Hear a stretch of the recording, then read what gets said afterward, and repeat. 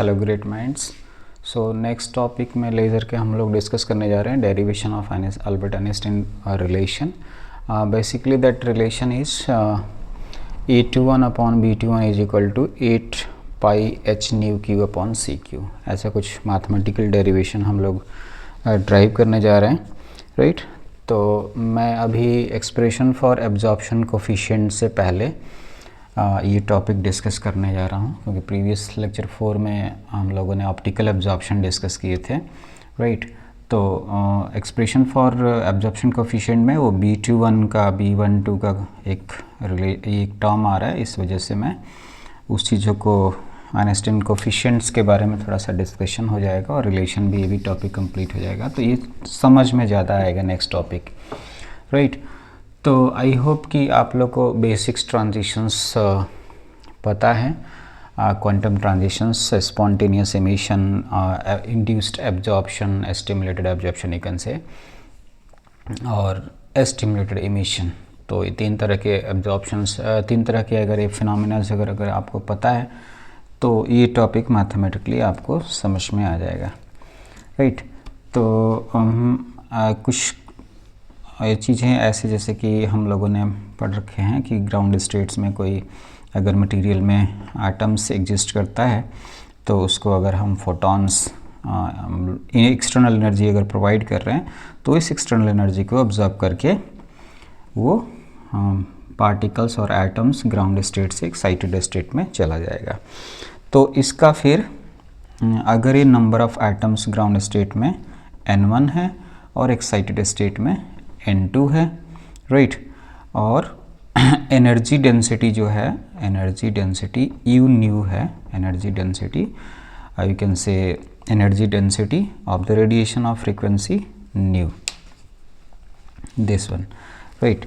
तो इसका rate of absorption कौन से फैक्टर्स पे डिपेंड करेंगे, that rate of absorption R12 that is proportional to n1 number of atoms in the ground state and energy density u nu.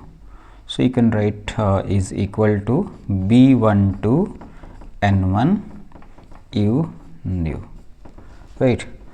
That is first equation, right. तो ये क्या है, मतलब ये देखिए सबस्क्रिप्ट से पता चल जाएगा कि ये फर्स्ट है, एक ग्राउंड स्टेट है और इसको मैंने एक्साइटेड स्टेट मेंशन कर रखा है, राइट। तो ये 1 से 2 में जा रहा है, दो क्वांटम स्टेट्स को यहाँ पर रिप्रेजेंट कर रहे हैं। तो इसका रेट ऑफ एब्जॉर्प्शन है that is R12 is equal to B12, that is the Einstein coefficient for absorption you can say, right. and that is the n1 is the number of atoms in ground state and u nu is the energy density, right. तो अब atoms excited state में पहुंच गया। अब excited state में atom 10⁻⁸ second तक excited state में stay करता है और मेटास्टेबल स्टेट में अगर रहता है अगर एटम्स तो 10⁻⁴ सेकेंड तक स्टे करता है। तो हमें पता है कि एटम उस लाइफ टाइम को कंप्लीट करके ग्राउंड स्टेट्स में आएगा। So there is a 2 ways to emit the photon from the material after de excitation of atom from higher energy state to ground state you can say, right. तो either वो spontaneously आएगा तो एक photon emit कर देगा, और या फिर वो क्या कहते हैं कि स्टिमुलेटेड इमिशंस अगर हो रहा है एटम्स का स्टिमुलेटेड, तो उस केस में भी फोटॉन्स हमें मिल जाएगा। तो ये रफ सा डायग्राम जस्ट मैं बना रहा हूँ समझाने के लिए। प्रीवियस जो टॉपिक्स में जो डायग्राम है उसको आप कंसीडर कर सकते हैं, राइट। या फिर आप जस्ट स्टिमुलेटेड इमिशन वाला डायग्राम बना सकते हैं। तो अब हमारे पास दो कंडीशन है कि एटम एक्साइटेड स्टेट से ग्राउंड स्टेट में आए, right. In that case you can say that rate of emission you can say, तो रेट ऑफ इमिशन यानी R21 सेकेंड स्टेट से फर्स्ट स्टेट में आ रहा R21 that is proportional to n2, right. Excited state में number of atoms n2 है, तो इसको हम ऐसे लिख सकते हैं is equal to E21 n2, that is second equation, right. R21 is equal to E21 N2. तो A21 क्या है? That is the Einstein coefficient you can से for spontaneous emission, that is the end इसको हम दूसरे conditions में जब भी स्टिमुलेटेड इमिशन होगा, in that case that R21 dash that is proportional to that population inversion का उसमें कंडीशंस रहेगा, है ना. स्टिमुलेटेड इमिशन तभी होता है जब पॉपुलेशन इन्वर्जन होता है. तो that is proportional to number of atoms N2 and energy density you know is equal to R21 dash is equal to, ये हो जाएगा B, यहाँ पर हमने क्या मेंशन किए थे, B12 था एब्जॉर्प्शन में, B21 N2 you know, right. इसको आप इक्वेशन 3 मेंशन कर दीजिए, राइट. तो अकॉर्डिंग टू आइंस्टाइन ये कह सकते हैं या सिंपल सी बात है कि आपने जो एनर्जी प्रोवाइड की है ना, और उससे फिर आउटपुट क्या आया, वो दोनों थर्मल इक्विलिब्रियम में क्या होना चाहिए. Rate of absorption that must be equivalent to rate of emission in thermal equilibrium. तो ये कह सकते हैं R12 is equal to R21 plus R21 dash. तो ये तीनों जो इक्वेशन 1 2 3 वैल्यूज़ लिखे थे उसको हम नोट कर लेते हैं. R12 is equal to R21 plus R21 dash. तो R12 क्या था, R12 था that is B12 N1 u nu is equal to, ये था A21 that is N2 plus अभी ये वाला B21 N2 you new, right. तो इसको मैं ट्रांसपोज कर लेता हूँ, राइट. तो ये हो जाएगा, यहाँ पर यू न्यू कॉमन कर लेते हैं, दोनों टर्म में है, that is B12 N1 minus B21 this one, ये ट्रांसपोज किया लेफ्ट हैंड साइड में, B21 N2 और क्या रह जाएगा N, हाँ, is equal to A21 N2, right. A21 N2. तो ये क्या हो जाएगा, u nu is equal to A21 N2 upon ये वाला टर्म लिख लेते हैं B12 N1 minus B21 N2, right. Equation आ गया. तो इसको अगर हम N2 से डिवाइड कर दें इन होल इक्वेशंस को, तो ये हमारे पास आ जाएगा A21 upon B12 N1 upon N2 minus B21, right. ये आ गया. आई होप कि ये वाला टर्म नहीं दिख रहा होगा.